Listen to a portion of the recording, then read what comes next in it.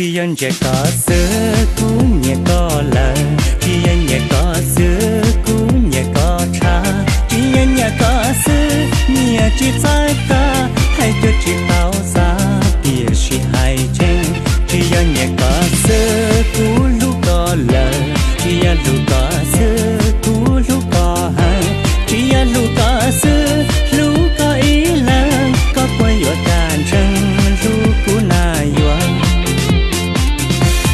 tao cứ lu tên đó, nhớ ta tao cứ lu tên lu, vừa hai chùa nu hai chỉ sao thua, nhớ ta tao cứ trâu cú vừa, nhớ ta tao cứ trâu cú quá, lu nhớ chỉ chua mùa ta tiền, chỉ anh chỉ có xưa xa tao có lần,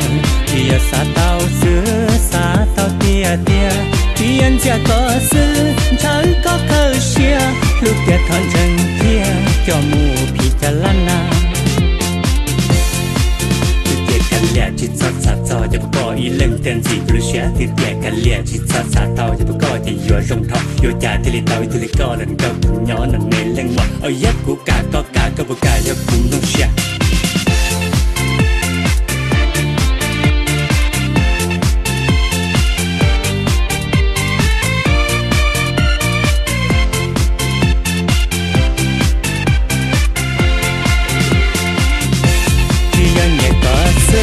cú lúc có lời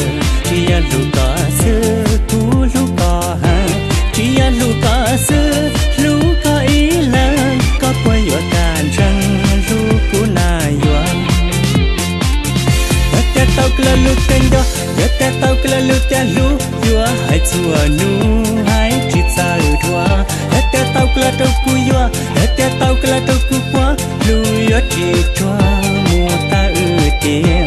chỉ anh chỉ có xưa xa tao có lời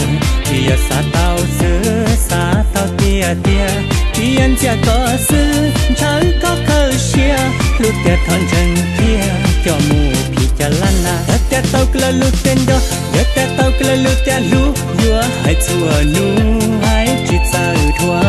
đất tao cứ trâu cú vừa đất tao cứ trâu cú quá lui ở chỉ